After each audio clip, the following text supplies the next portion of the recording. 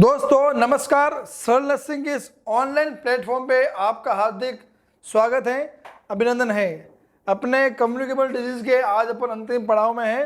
दो disease discuss करेंगे, पर्टुटिस और टिटनस, है ना। इनके बाद में अपन और ये जो मेन जो डिजीज थी वो अपन डिस्कस कर लिए। आगे अपन और जैसे जैसे नाम आते जाएंगे वैसे डिस्कस करते रहेंगे, ठीक है। अगली क्लास अपन नए टॉपिक शुरू करेंगे, ठीक है। तो सबसे पहले अपन डिस्कस करते हैं पर्टुटिस के बारे में, ठीक है। ऑल्सो नॉन एज 100 डेज कफ, इसको 100 डेज कफ के नाम से भी जानते हैं, क्योंकि बिकॉज ऑफ प्रोलॉन्ग, लंबे समय तक कफ रहता है ना, इसलिए इसको क्या कहते हैं 100 डेज कफ के नाम से भी जानते हैं। अगर एग्जाम में क्वेश्चन आ जाए which disease known as 100 days cough, तो आपका आंसर होना चाहिए पर्टुसिस, ठीक है। इसको एक और नाम से जानते हैं, नॉन एज वुफिंग कफ।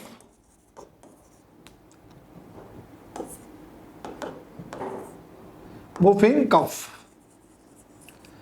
क्योंकि वुफिंग लाइक साउंड क्रिएट करती हैं जब आप सांस लेते हैं, ठीक है। अब याद रखने योग्य बातें ये है कि पर्टुसिस को वुफिंग कफ के नाम से भी जानते हैं और एक और नाम है 100 डेज कफ के नाम से भी जानते हैं, ठीक है।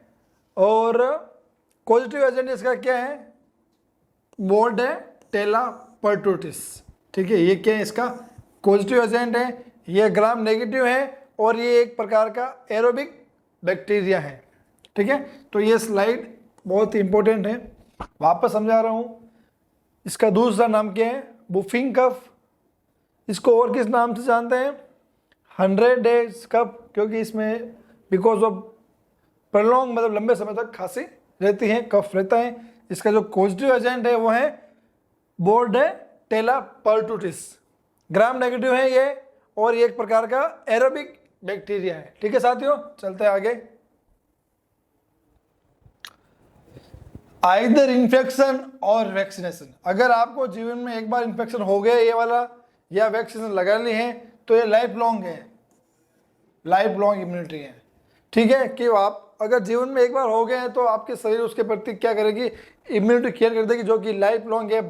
आपको 0% चांस है कि दूसरी बार भी आपको होगा, या जिसके वैक्सीनेशन हो रखा है तो भी आपके लिए इम्यूनिटी है, तो आपको जीवन में होने के वापस चांसेस नहीं है।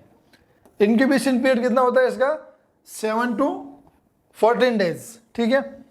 इन्फेक्टिविटी पीरियड कितना होता है इसका, 1 week before and 1 week after appearance of symptom, ठीक है। याद रखने योग्य बातें कि अगर एक बार इन्फेक्शन हो गया और वैक्सीन लग गई तो लाइफ में कभी नहीं होगा ये इन्फेक्शन, ठीक है। दो में से जो भी हो कभी नहीं होगा। वैक्सीन नहीं लग गया और इन्फेक्शन हो गए हैं तो भी आपके शरीर में उस बीमारी के प्रति क्या बन जाएगी, इम्यूनिटी बन जाएगी, और आपको ये इन्फेक्शन वापस नहीं होगा, ठीक है।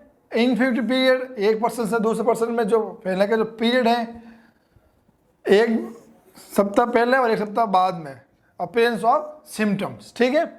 और इंक्यूबेशन पीरियड इसका क्या है, 7 to 14 डेज, ठीक है साथियों, नोट कर लीजिएगा ये। चलते हैं आगे। मोड ऑफ ट्रांसमिशन में ये एक प्रकार का क्या है, ड्रॉपलेट इन्फेक्शन है। किससे होता है, बाय द रेस्पिरेटरी ट्रैक, ठीक है साथियों। मोड ऑफ ट्रांसमिशन में ड्रॉपलेट इन्फेक्शन क्या है, रेस्पिरेटरी ट्रैक। डिस्कस करते हैं क्लिनिकल फीचर्स। क्लिनिकल फीचर्स को अपन ने 3 भागों में बांटा है, 3 डिवाइडेड है ना, 3 भागों में अपन ने डिवाइडेड किया है। फर्स्ट है अपना कैटरियल स्टेज। ये जो स्टेज है 1 से 2 सप्ताह तक बनी रहती है। इसमें आपको क्या क्या देखने को मिलता है, cough, night sweating, coryza, running nose, anorexia और वीकनेस, ये सारे साइन एंड सिम्टम इस स्टेज में आपको देखने को मिलेंगे, और ये स्टेज 1 से 2 वीक तक रहती हैं। सेकेंड स्टेज की बात करते हैं अपन, पैराक्सोमल स्टेज। ये 2 से लगाकर 6 वीक तक रहती हैं। पैराक्सोमल कफ, इसमें देखने को मिलेगा आपको इंस्पायरेशनल वुफिंग साउंड देखने को मिलेगा आपको, वॉमिटिंग, फटीग, रिब्स फ्रैक्चर, है ना, वीकनेस, कफिंग, सब कंजक्टिवाइटल हेमोरेज यूरिनरी इनकॉन्टिनेंस और हर्निया, ये सारे साइन एंड सिम्टम आपको सेकेंड स्टेज के अंदर देखने को मिलेंगे। और हर्निया इसमें कौन सा होगा, मोस्ट कॉमन इनलिंगुअल हर्निया। ठीक है साथियों, नोट कर लीजिएगा, ये सारे साइन एंड सिम्टम आपको इस सेकेंड स्टेज में आपको देखने को मिलेंगे। अब बात करते हैं कन्वलसेंट स्टेज। ये स्टेज जो है थर्ड स्टेज है, इसको स्टेज को बोलते हैं recovery phase, also known as recovery phase.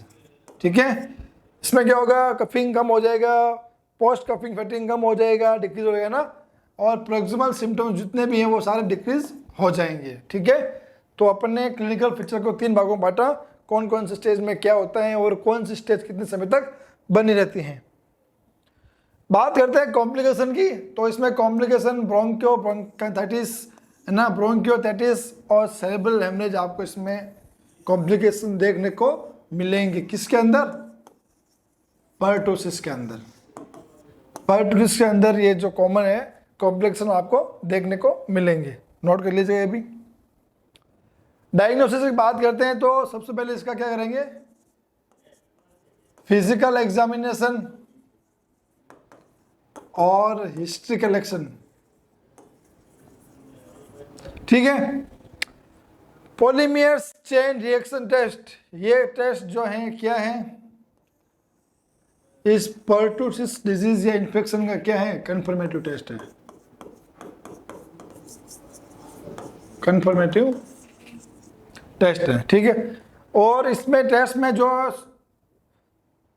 इस टेस्ट में जो advice to collect pharyngeal buccal cavity swab और टेस्ट, जो स्वैब है वो कहाँ से ले जाएगा, फेरिंजियल बकल कैविटी से लिया जाएगा।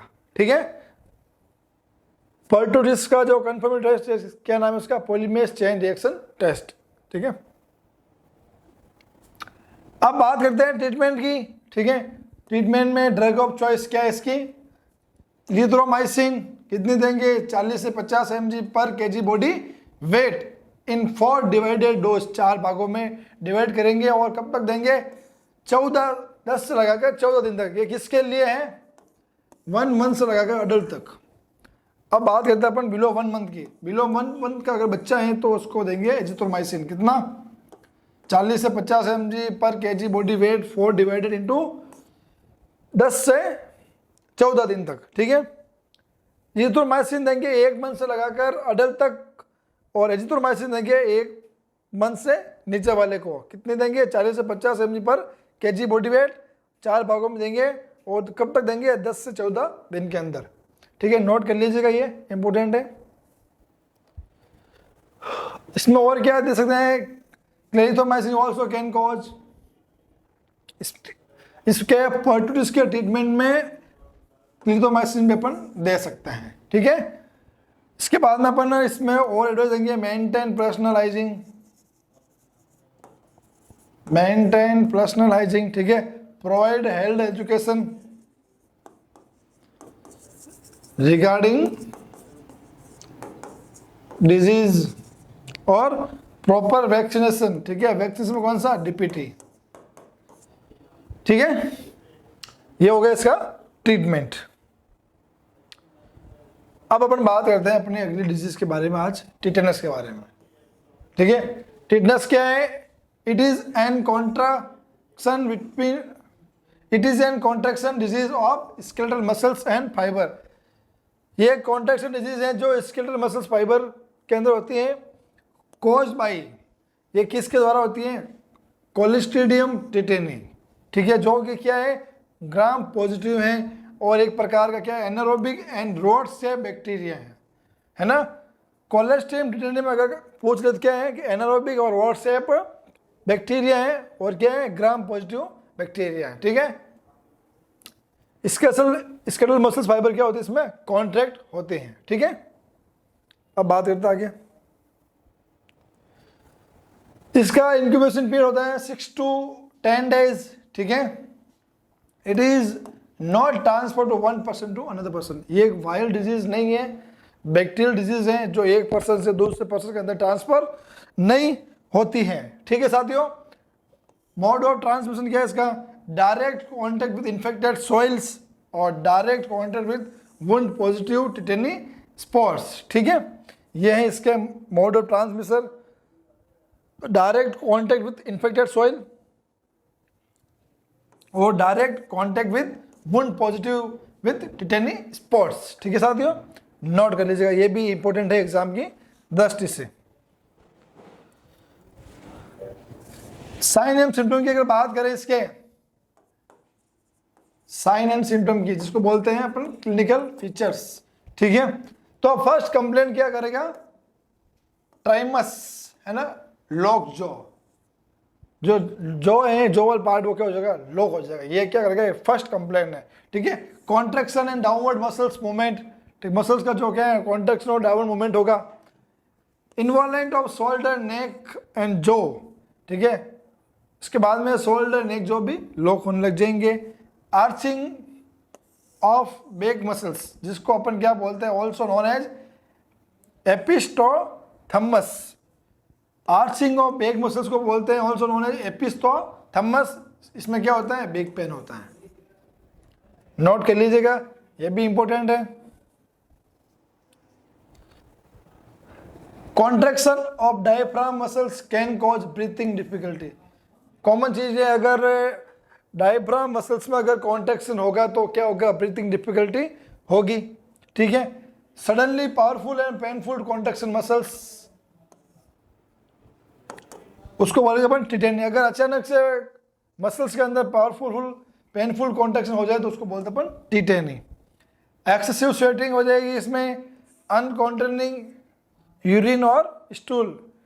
अनकंट्रोलिंग मतलब जो पेशाब यूरिन होता है, जो स्टूल होता है वो अनकंट्रोलिंग हो जाएगा, आपके बस में नहीं होगा। इरिटेबिलिटी और रेस्टलेसनेस। ठीक है, ये सारे साइन एंड सिम्टम आपको टिटनेस के अंदर देखने को मिलेंगे। और क्या देखने को मिलेगा इसमें, फियर ऑफ डेथ। ठीक है, अभी मोस्ट कॉमन किस्म होगा ये टिटनेस। एक तो होगा अनवैक्सीनेटेड पर्सन, कि जो बच्चा पोलियो की गोद नहीं लिया हुआ, जिसने पोलियो का वैक्सीनेशन नहीं लिया हुआ है, उनके अंदर होने के पूरे चांसेस होंगे। ओल्ड एज के अंदर चांसेस होंगे और यंग इन्फेक्टेड के अंदर होने के पूरे चांसेस होंगे। अब हमने अपने टिटनेस को क्या किया, 4 भागों में डिवाइड किया है। ठीक है, traumatic tetanus, otogenic tetanus, puerperal tetanus और टिटनेस न्यूटर्मा। ठीक है, traumatic due to trauma case. ठीक है, otogenic tetanus through the ear, जो ईयर से होता है।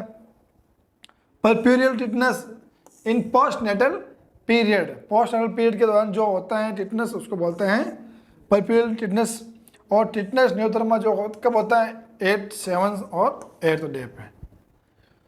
टिटनेस के प्रकार है, देख लीजिए, एक एग्जाम की दृष्टि से बहुत ही इंपॉर्टेंट है। इसके तो नाम में ही है, ट्रॉमेटिक टिटनेस तो ड्यू टू ट्रोमा, ये भी नाम में ही है। ऑटो मीन्स ईयर हो गया है ना, परप्यूल मीन्स ये अपना पोस्टल हो गया, और न्यूटर्मा मीन्स 7 to 8 डेज के अंदर होगा। ठीक है, इसमें भी आपको कुछ समझ लायक है नहीं।